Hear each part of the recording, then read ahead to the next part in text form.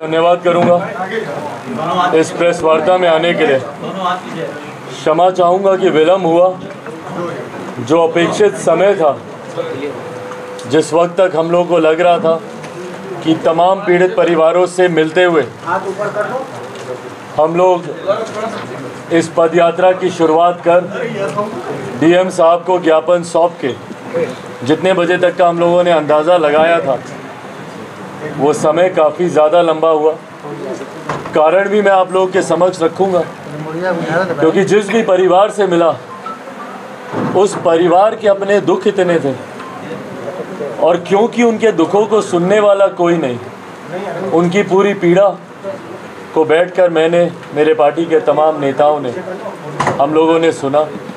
रास्ते भर इस पदयात्रा को जिस तरीके का एक अपार जन समर्थन मिला, और उसके लिए मुझे कहने की ज़रूरत नहीं है, आप सबके कैमरे कहीं ना कहीं आगे पीछे थे ही। आप लोगों ने खुद उसको देखा। ये कारण बना कि हम लोगों को आते आते विलम्ब हुआ, पर उसके बावजूद आप लोगों ने बहुत धैर्य से आप लोगों ने इंतज़ार किया। उसके लिए मैं हृदय से आप सबका आभार प्रकट करता हूँ। साथियों, आज की ये बिहार बचाओ पदयात्रा एक विशेष उद्देश्य से भोजपुर जिला में हम लोगों ने इस पदयात्रा को रखा था।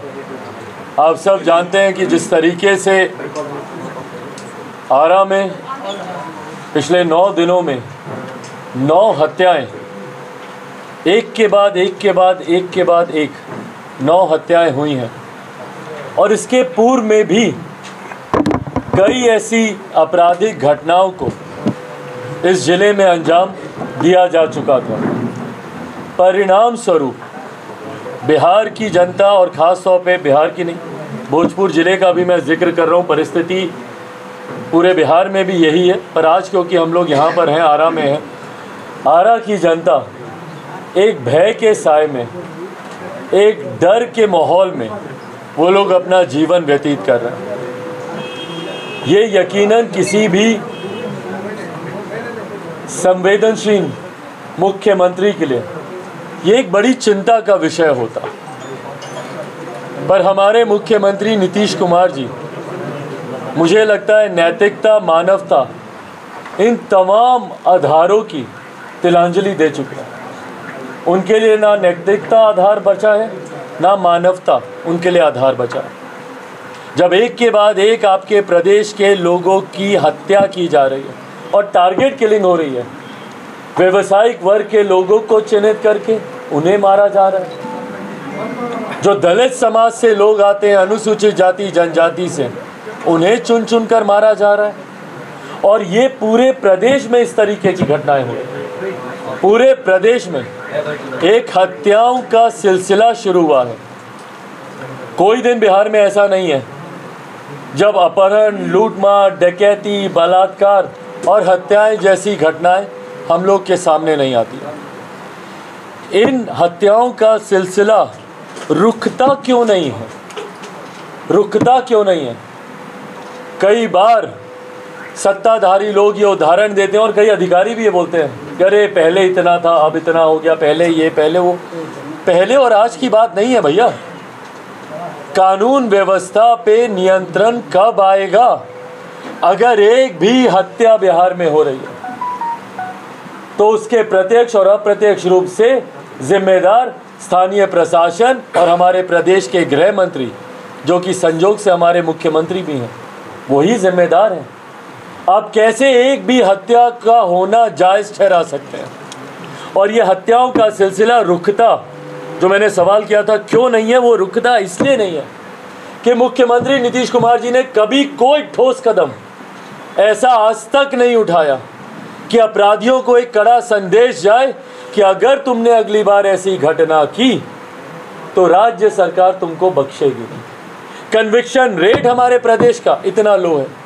आप बाकी राज्यों में चले जाइए, 90-92% आपको कन्विक्शन रेट मिलेगा।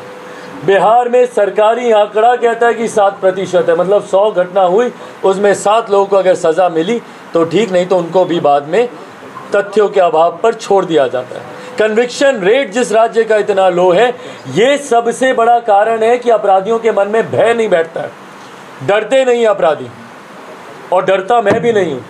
डंके की चोट पे मैं कहूँगा संरक्षण प्राप्त है इन अपराधियों को। मिली भगत होती है स्थानीय प्रशासन के साथ इन अपराधियों की, परिणाम स्वरूप खुलेआम ये अपराधी अपराध को अंजाम देके जाते हैं। कल रात मैं नवादा में था। नवादा में एक साथ एक ही परिवार के 6 लोगों ने आत्मदाह कर लिया। कारण बताया गया कि उन्होंने साहूकार से उन्होंने कर्जा लिया था। भाई कर्जा तो उन्होंने दुगना तिगुना उन्होंने वापस भी कर दिया था, अपने नोट में वो लिख के गए, दुगना तिगुना उन्होंने कर्जा वापस भी कर दिया था। उसके बावजूद उनको प्रताड़ित किया जा रहा था। एक्सटॉर्शन है ये, एक्सटॉर्शन। और उस पर क्या किया जिला प्रशासन ने? खामोश बैठे रहे। और अब जब उन लोगों ने आत्मदाह कर लिया तो सब हाय तौबा मचा रहे कि कैसे हो गया, कैसे हो गया। एक बार मुख्यमंत्री जी ने वहां जाना जरूरी समझा। राष्ट्रीय ही नहीं अंतर्राष्ट्रीय स्तर की ये घटना सुर्खियां बनी है ये। एक बार मुख्यमंत्री जी जाते ऐसे साहूकारों को जवाब मिलता। एक बार मुख्यमंत्री नीतीश कुमार जी यहाँ पर आते तो यहाँ के अपराधियों को जवाब मिलता कि भैया प्रदेश का गृह मंत्री, प्रदेश का मुख्यमंत्री स्वयं मॉनिटरिंग कर रहा है। पर क्या हो रहा है बदले में? बेबस हमारे डीएम साहब दिख रहे हैं, वो खुद लिखित नोट जारी कर रहे हैं। और उसके बाद आज कहा जा रहा है कि भैया हम लोग कैमरा लगाएंगे। बहुत अच्छी बात है भैया, लगाइए, पर अभी तक लग जाना चाहिए था। क्या आप इन हत्याओं का इंतजार कर रहे थे? इन मौतों का आप इंतजार कर रहे थे कोई कदम उठाने के लिए? क्यों अभी तक ये कदम नहीं उठाए गए? और एक एक परिवार के पास अगर आप लोग गए होंगे, और आप लोग यकीनन गए होंगे, लोकतंत्र का चौथा स्तंभ है आप लोग, एक एक परिवार की अपनी कहानी है। बम पासवान जी जो हमारी पार्टी के पदाधिकारी हैं, जिनके जवान बेटे की हत्या कर दी गई, 2017 से वो लिखित रूप में दे रहे हैं। खून खौलता है भैया सुन के। ये वो बच्चा बच सकता था। 2017 से वो लोग लिख के दे रहे हैं कि हमारे परिवार को खतरा है, हमारे परिवार को खतरा है, हमारे परिवार को खतरा है। अर्जुन पासवान, उनकी 70 साल की मां को गोली मार दी गई। बेचारी का क्या कसूर था? सिर्फ इतना कि स्थानीय प्रशासन उनके बुलाने पे आया भी जब हाथापाई हो रही थी, और प्रशासन बिना मामले को पूरी तरीके से सुनिश्चित किए कि मामला रिजॉल्व हो गया, बिना वहाँ पे कोई पेट्रोलिंग टीम छोड़े हुए वापस चला गया, मरने के लिए छोड़ के, और उनकी माँ मर गई। एक यहाँ पे जदयू के अध्यक्ष हैं, उनके परिवार में एक हत्या हुई, दूसरे को गोली लगी, वो जिंदगी मौत के बीच में अभी झूल रहा है, और यहाँ पे उनका इलाज करने से मना कर दिया गया। क्यों? क्योंकि परिवार के पास आर्थिक मदद नहीं है। ये मौतें जो हो रही हैं, क्या ये जिम्मेदारी प्रशासन की नहीं बनती है कि भैया जो लोग बच सकते हैं उनको बचाया जाए, उनकी आर्थिक मदद कर दी जाए? पर शांति से ये लोग बैठे हैं, इनको कोई फर्क नहीं पड़ता। मुआवजे के नाम पे घर का खाने कमाने वाला व्यक्ति क्या है? परिवार मरे तो मरे। जितेंद्र प्रसाद चंद्रवंशी जी, छोटे छोटे बच्चे, उनके एक 2.5 साल का, एक 10 महीने की उनकी बिटिया, कौन देखेगा उनको? और प्रशासन क्या कर रहा है मुआवजे के नाम पर? आज डीएम साहब बोल रहे हम लोग करेंगे, कीजिए भैया, हम आप पे सवाल नहीं उठा रहे, बहुत अच्छी बात है आप करें, पर ये चीज़ें पहले से हो जानी चाहिए थी। परिवार वैसे ही खाने कमाने वाले के जाने के दर्द पीड़ा से नहीं उठ पाता है, ऊपर से ये आर्थिक बोझ जो आता है। मुख्यमंत्री कहते नहीं थकते। पिछले चुनाव से पहले वोट बैंक की राजनीति तो मुख्यमंत्री करते ही हैं। कभी दलित, महादलित, पिछड़ा, अति पिछड़ा, आगड़ा पिछड़ा, हिंदू, मुस्लिम, महिला, पुरुष, लव, कुश, कोड़ी, कुर्मी, सब करते रहते हैं वो लोग। उसी में उन्होंने एक योजना निकाली थी कि भैया किसी दलित परिवार में अगर हत्या होती है तो उस परिवार को कितना, 4 लाख रुपए का मुआवजा और एक सरकारी नौकरी। किस जिले में मिल गया? अच्छी बात है यहाँ पे अगर डीएम साहब दें, क्योंकि वो भी बड़े बड़े गर्व से कह रहे थे कि हम पहला जिला बनेंगे। घोषणा कब की? पहला जिला अब। ये नीयत को दिखाता है, ये नीयत दिखाता है कि भैया क्या नीयत है इस सरकार की। और इस सरकार जो सत्ता में बैठे हुए दावे करते हैं 7 दलों का समर्थन, 7 दलों का समर्थन, सिर्फ वोट लेने के लिए 7 दलों का समर्थन। जब यहाँ पे लोग मर रहे हैं उस वक्त 7 दल में से एक दल को आना जरूरी नहीं लगता। राजद हाथ पे हाथ धर के बैठी है, उनके नेता यहाँ के प्रभारी मंत्री हैं भैया, डिप्टी सीएम प्रभारी मंत्री हैं, और हत्याएं हो रही हैं। भाई क्यों नहीं आप जाते मिलने? मांझी जी की पार्टी है, माले है, सीपीआई सीपीएम वगैरह, कांग्रेस है भैया, एक से एक दिग्गज अपने आप को कहने वाली पार्टी, और साक्षात स्वयं मुख्यमंत्री नीतीश कुमार जी अब उस तरफ जाके बैठे हों। और उसके बाद इन 7 दलों में से इन लोगों को ज़रूरी नहीं लगता कि भैया हत्या में हम लोग जाएं, मिले परिवार से, देखें क्या हो सकता है, कैसे इस चीज़ को, इस परिस्थिति को बेहतर किया जा सकता है। क्यों नहीं आते मुख्यमंत्री, क्यों नहीं आते? क्योंकि मुख्यमंत्री जी को अपनी कुर्सी के अलावा और किसी बात की चिंता नहीं है। वो दिन रात उनकी चिंता यही होती है कि मैं इस गठबंधन में मुख्यमंत्री बना रहूँगा कि नहीं, और अगर नहीं रहूँगा तो मैं गठबंधन बदल लूँ, एक उप मुख्यमंत्री तो बदलना है, मैं बदल लेता हूँ। उनकी चिंता सिर्फ अपनी व्यक्तिगत है, और परिणाम स्वरूप बिहार बर्बाद हो रहा है। भोजपुर में मैं हूँ, आज हम लोगों ने ये पदयात्रा हम लोगों ने की, और जिस तरीके से इस पदयात्रा को समर्थन मिला है, मैं सिर्फ अपने कार्यकर्ता, अपने नेताओं का ही मैं जिक्र नहीं कर रहा। यकीनन यहाँ पे हमारे तमाम राष्ट्रीय पदाधिकारी यहाँ पे मौजूद हैं, तमाम हमारे प्रदेश के नेता यहाँ पे मौजूद हैं, तमाम हमारे उपाध्यक्ष यहाँ पे मौजूद हैं, अरुण बाबू यहाँ पे मौजूद हैं, जहानाबाद के पूर्व सांसद, हमारी पार्टी के राष्ट्रीय उपाध्यक्ष, पूर्व मंत्री रेणु कुशवाहा जी भी यहाँ पर हम लोगों के साथ यात्रा में मौजूद हैं। तमाम हमारे राष्ट्रीय पदाधिकारी, प्रदेश के हमारे तमाम नेता यहाँ पे मौजूद हैं। उनके अलावा जिस तरीके से जिला के हमारे तमाम सदस्य, तमाम पदाधिकारी, अलग अलग प्रखंडों से आए हुए, बाहर और ज़िलों से आए हुए तमाम, उनके अलावा जिस तरीके से रास्ते में जन समर्थन इस यात्रा को मिला है, भले वो बाज़ार में व्यावसायिक वर्ग के द्वारा हो, राह चलते ऑटो वाला, रिक्शा वाला, बस वाला, ट्रक वाला, आम बिहारियों का जो समर्थन इस यात्रा को मिला है, ये दर्शाता है कि भैया पूरी तरीके से बिहार की जनता आक्रोशित है। विकल्प की तलाश आज की तारीख में बिहार की जनता कर रही है, और मुख्यमंत्री नीतीश कुमार जी से कम जैसे वो अपना पूरा जनाधार खो चुके हैं, उसी तरीके से मुख्यमंत्री जी बिहार की जनता का विश्वास भी खो चुके हैं।